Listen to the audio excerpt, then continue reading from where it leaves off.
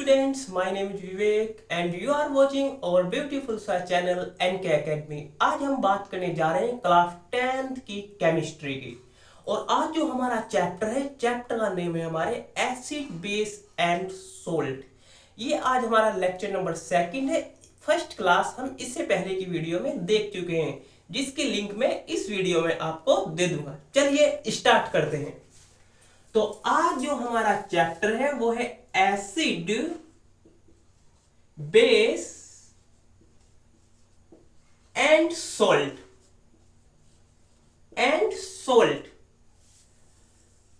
तो आज हम देखेंगे कि जब हम किसी एसिड को वाटर में डिजोल्व करते हैं तो क्या होता है।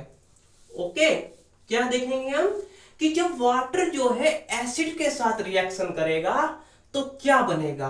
चलिए, तो फर्स्ट क्वेश्चन है हमारा एसिड रिएक्ट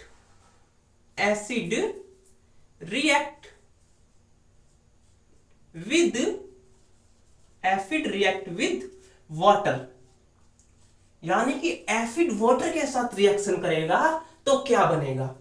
तो यहां पर हम देखते हैं, हमने क्या किया। यहां पर एक एग्जाम्पल देखते हैं। हमने यहां पर क्या लिया, एसिड लिया HCl। HCl क्या है हमारा, एक एसिड है, हाइड्रोक्लोरिक एसिड। रिएक्शन कराई हमने इसकी वाटर के साथ में H2O। ओके, एसिड का रिएक्शन वाटर के साथ जब हम कराएंगे तो हमारा क्या बना, यहां पर एक तो बनेगा H3O और सेकंड जो हमारा बनेगा वो हमारा बनेगा यहां पर Cl। ओके, ये बना, यानी कि ये क्या है, ये क्या है हमारा हाइड्रोनियम है और ये क्लोरीन है। तो हम यहां पर लिखेंगे, यहां पर हम देखेंगे when acid react with water,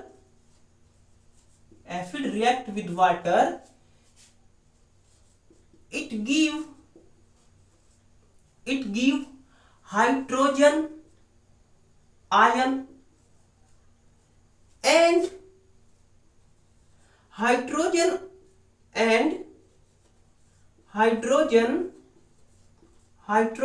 ion cannot exist alone।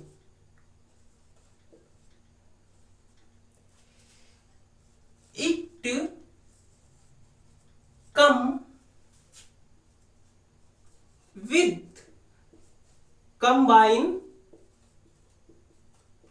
combine to water and give hydronium। यानी कि जब हमने क्या किया, एसिड का रिएक्शन वाटर के साथ कराया तो इसने हमें क्या दिया, ये देगा हमें हाइड्रोजन आयन देता है। एसिड हमेशा कैसा आयन देगा, हाइड्रोजन आयन देगा। और जो ये हाइड्रोजन आयन है ये कभी भी अकेला नहीं निकलता है। ये कब निकलेगा, जब ये वाटर के साथ कंबाइन होगा। वाटर के साथ कंबाइन होने के बाद ये हमें देगा हाइड्रोनियम आयन। इसीलिए यहां पर लिखा है when acid react with water it give hydrogen ion, यानी कि जब एसिड क्या करेगा, वाटर के साथ रिएक्शन करेगा तो हाइड्रोजन आयन निकलेगा। And hydrogen ion can not exist alone, और हाइड्रोजन आयन कभी भी अकेला नहीं निकलता है। It come with combine to water, यानी कि वाटर के साथ ही निकलेगा ये। ओके, और इस मॉलिक्यूल्स को क्या बोलेंगे हम, हाइड्रोनियम आयन। ये क्या है, हाइड्रोनियम आयन है, इसको नोट कर लीजिए। चलिए अब हम अगला टॉपिक देखते हैं। अगला है हमारा नेक्स्ट जो टॉपिक है वो है हमारा बेस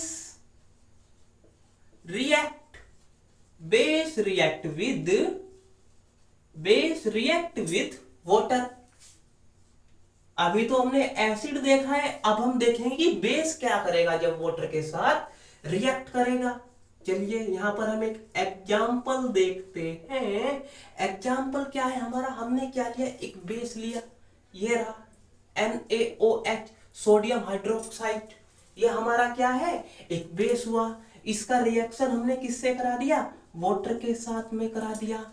जब वाटर के साथ में करेंगे या बेस को वाटर में हम क्या करेंगे, डिजोल्व करेंगे, तो ये हमें क्या देगा, एक तो देगा ये हमें Na, ये कैसा है हमारा प्लस आयन है।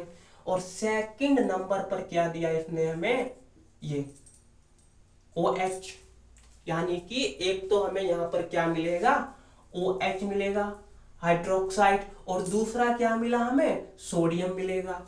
तो हम यहां पर लिखेंगे when base react, या फिर हम लिखेंगे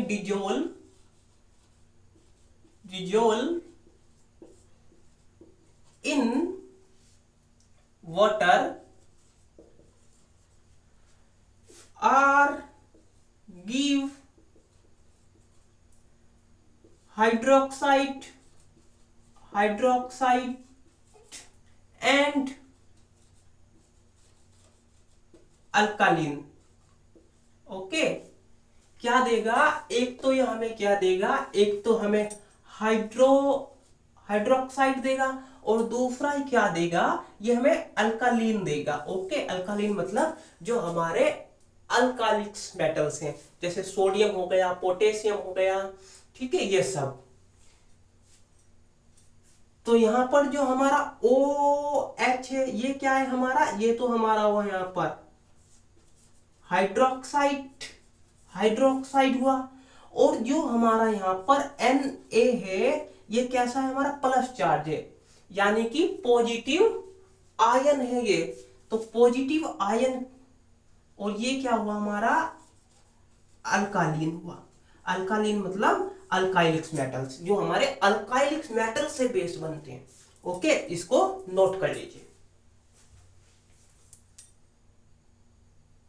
अगला जो टॉपिक है हमारा, अगला टॉपिक है हमारा यहाँ पर dilution.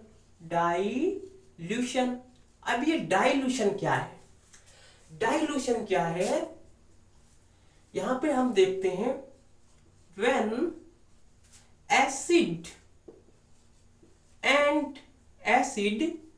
or base dissolve in water, then decrease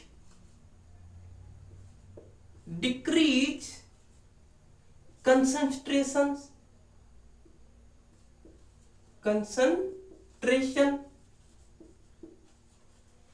and it process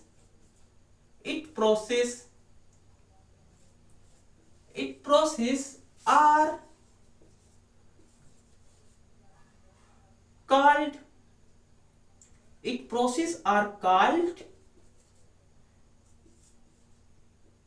dilution, and acid and base are called dilute acid और बेस। यानी कि यहां पर क्या कहा गया है, जब एसिड या बेस को हम वाटर में क्या करते हैं, वाटर में डिजोल्व करते हैं, तो उनकी कंसंट्रेशंस क्या होती है, कम हो जाती है पर वॉल्यूम, डिक्रीज पर वॉल्यूम। ओके, यहां पे पर वॉल्यूम, डिक्रीज पर वॉल्यूम। और जो ये प्रोसेस है, इस प्रोसेस को तो हम कहते हैं डाइल्यूशन एंड जो एसिड और बेस है हमारे, इसको क्या कहेंगे, इसको कहेंगे डाइल्यूट एसिड एंड बेस। देखिए जब हमने क्या किया, हमने एसिड लिया HCl, इसको हमने क्या कर दिया, वाटर के साथ में ऐड कर दिया। ओके, क्या कर दिया हमने, एसिड को वाटर के साथ में ऐड कर दिया। तो यहां पर क्या हुआ, हमारा बना H3O, यानी कि ये कैसा हुआ, एसिडिक हुआ। ऐसे ही जब हमने बेस लिया NaOH और हमने क्या कर दिया, इसको वाटर के साथ में ऐड कर दिया। ओके, तो हमारा क्या बना, Na+OH, यहां पर हमारा क्या बना था, Cl। अब यहां पर जो हमारा ये हाइड्रोनियम आयन है, जब इस हाइड्रोनियम आयन को हम वाटर में डिजोल्व करेंगे तो इसकी कंसंट्रेशंस क्या हो जाएगी, कम होती चली जाएगी। यानी कि क्या होगी, डिक्रीज द कंसंट्रेशंस, यानी कि हाइड्रोनियम आयन की कंसंट्रेशंस धीरे धीरे कम हो जाएगी पर वॉल्यूम में। और जब ये कंसंट्रेशंस पर वॉल्यूम में कम हो जाएगी तो उसको क्या बोलेंगे हम, कि ये क्या हुआ, एसिड डाइल्यूट्स हो गया। ऐसे ही जब वाटर के अंदर हम क्या करेंगे, वाटर के अंदर हमने क्या डाला, हमने डाल दिया ये हाइड्रोक्साइड, और हाइड्रोक्साइड में जैसे हम वाटर को क्या करेंगे, इंक्रीज करते चले जाएंगे, और हम वाटर को तो इंक्रीज करेंगे लेकिन हाइड्रोनियम आयन को हम इंक्रीज नहीं करेंगे, तो धीरे धीरे वो क्या हो जाएगी, वाटर बढ़ता चले जाएगा और पर वॉल्यूम में हाइड्रोनियम आयन की कंसंट्रेशंस कम हो जाएगी। तो ऐसी जो प्रोसेस है उसको क्या बोलते हैं, डाइल्यूशन। एंड जो एसिड और बेस बनेंगे उसको हम बोलेंगे डाइल्यूट एसिड एंड बेस। इसको नोट कर लीजिए। नेक्स्ट जो टॉपिक है हमारा, वो है हमारा नेक्स्ट जो टॉपिक है, स्ट्रॉन्ग एसिड एंड बेस। अब ये स्ट्रॉन्ग एसिड क्या है और स्ट्रॉन्ग बेस क्या है, इसको देखते हैं।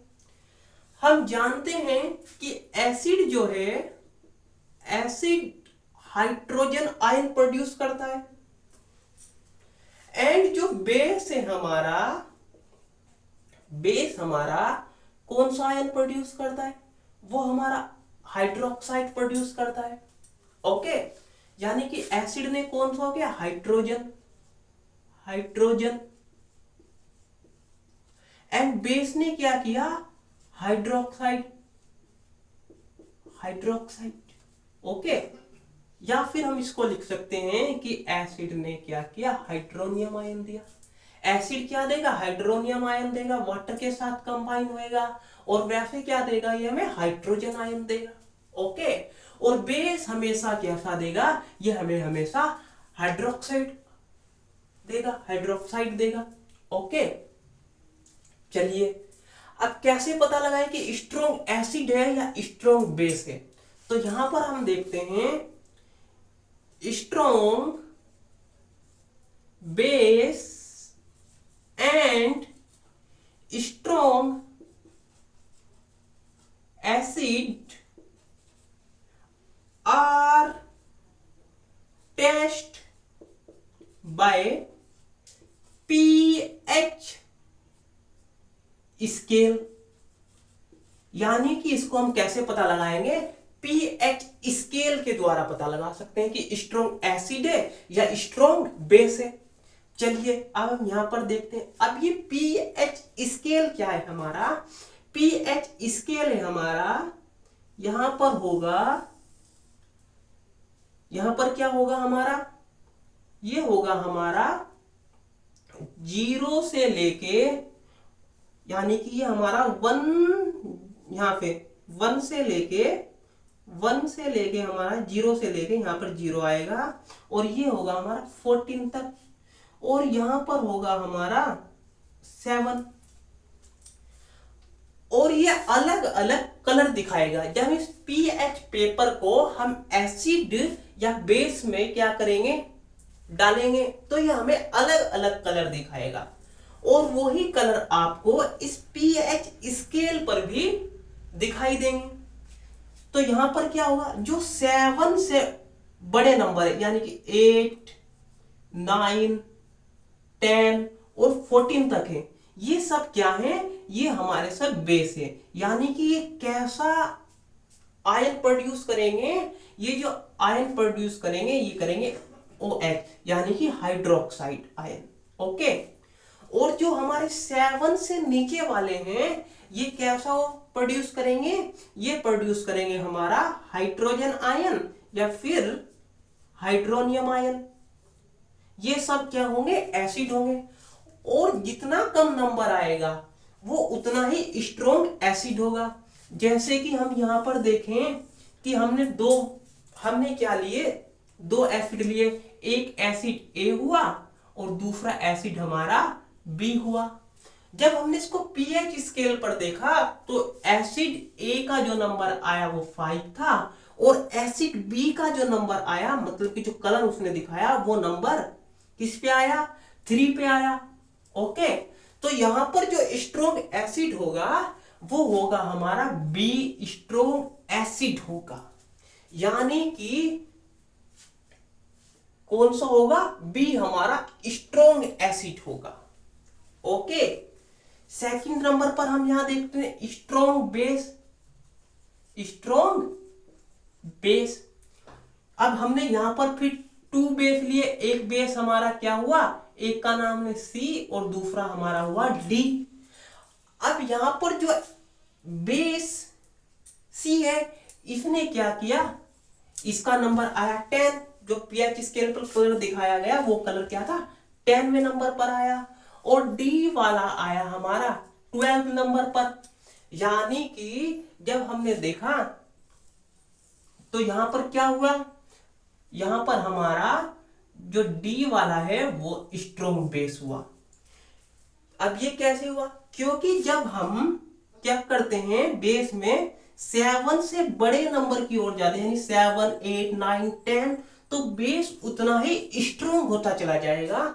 और जब हम बात करेंगे कि एसिड पे जितने हम छोटे नंबर पर जाएंगे, जैसे कि 7 से नीचे आया हमारा 6, 4, 5 ऐसे जाएंगे, तो जितना छोटा नंबर होता चला जाएगा एसिड हमारा उतना ही स्ट्रॉन्ग होता चला जाएगा। ओके। अब जो हमारा 7 नंबर पे आएगा, 7 नंबर पर जो आएगा वो हमारा क्या होगा, वो है गया न्यूट्रल्स। ये ना तो एसिड होएगा और ना ही बेस होएगा, ये हमारा न्यूट्रल्स होएगा। ओके। इसको हम ना एसिड बोलेंगे और ना ही बेस बोलेंगे, इसको नोट कर लीजिए। अगला जो टॉपिक है हमारा वो है हमारा सॉल्ट। अभी तक हमने एसिड और बेस के बारे में बात की है, अब हम सॉल्ट के बारे में करेंगे। सॉल्ट, अब ये सॉल्ट क्या है, सॉल्ट तो हम क्या करेंगे, salt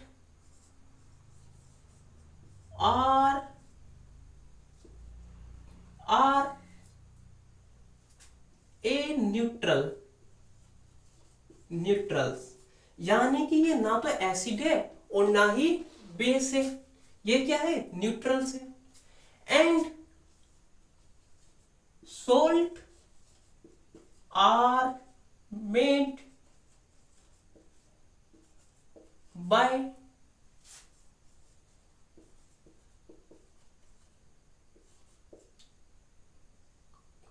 salt are made by combinations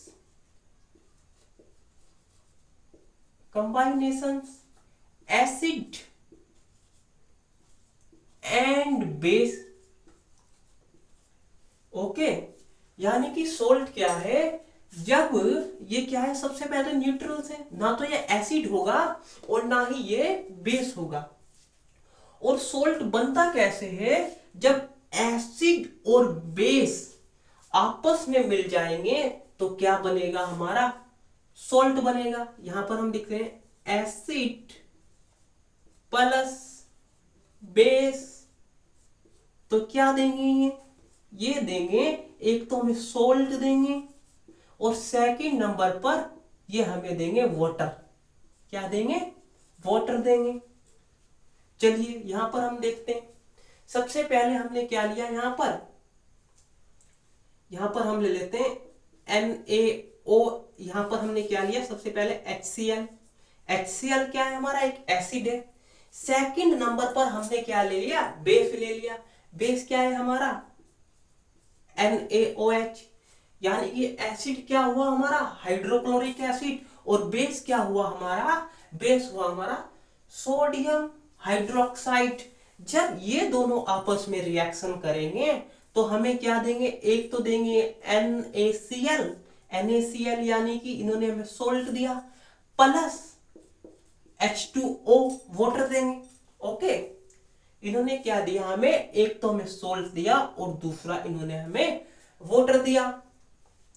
चलिए अब यहां पर क्या होगा? यहां पर if a strong base and strong acid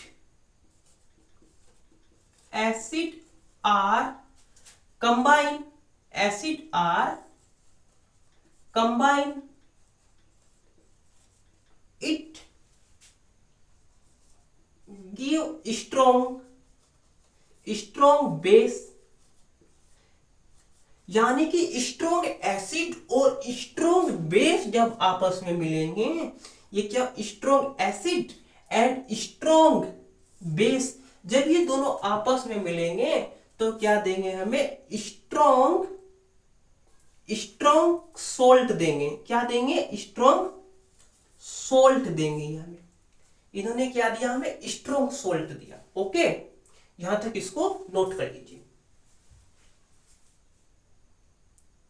चलिए अब हम आगे देखते हैं। यहां पर हम देखते हैं एग्जाम्पल। यहां पर हमने क्या किया? हमारे पास एक एसिड है, मान लो कि एसिड ए है हमारे पास, जिसका pH कितना है? 5 है। ओके, एक सेकंड नंबर पर हमारे पास क्या है? Strong base B. ये क्या हुआ? इसका जो हमारा pH नंबर है वो हुआ हमारा 10। जब ये दोनों आपस में कंबाइन करेंगे A प्लस B, तो ये क्या देंगे हमें? ये देंगे हमें AB, जो क्या होगा? हमारा एक स्ट्रॉन्ग सोल्ट होगा। ओके, क्योंकि ये स्ट्रॉन्ग एसिड है। ए क्या है? ये हमारा स्ट्रॉन्ग एसिड है। स्ट्रॉन्ग एसिड, जब स्ट्रॉन्ग एसिड स्ट्रॉन्ग बेस के साथ कंबाइन होंगे तो क्या देंगे? स्ट्रॉन्ग सोल्ट देंगे। सेकंड नंबर पर हम यहां देखते हैं strong acid and weak base. Okay, यहां पर क्या हुआ? एक तो स्ट्रॉन्ग एसिड लिया हमने और सेकंड नंबर पर हमने क्या लिया? Weak base. जब ये आपस में कंबाइन होंगे तो ये जो हमारा सोल्ट बनेगा ये होगा हमारा एसिडिक सोल्ट। क्या होगा? ये एसिडिक सोल्ट होगा। ये क्यों होगा? क्योंकि यहां पर जो एसिड है वो स्ट्रॉन्ग है और बेस कैसा है? वो हमारा वीक है। तो इसलिए जो सोल्ट बनेगा ये एसिडिक सोल्ट होगा। इस सोल्ट के अंदर एसिड के कैरेक्टर होंगे कुछ। थर्ड नंबर पर हम यहां देखते हैं कि strong base and weak acid. तो जब ये स्ट्रॉन्ग बेस वीक एसिड के साथ कंबाइन होगा तो क्या बनेगा? ये बनेगा हमारा बेसिक सोल्ट। यानी कि यहां पर क्या हुआ? बेस तो हमारा स्ट्रॉन्ग होगा और एसिड क्या होगा? हमारा एसिड होगा हमारा यहाँ पर वीक। तो इसलिए जो सोल्ट बनेगा उसमें कैरेक्टर कैसे आएंगे, बेसिक कैरेक्टर आएंगे। ओके, इसको नोट कर लीजिए।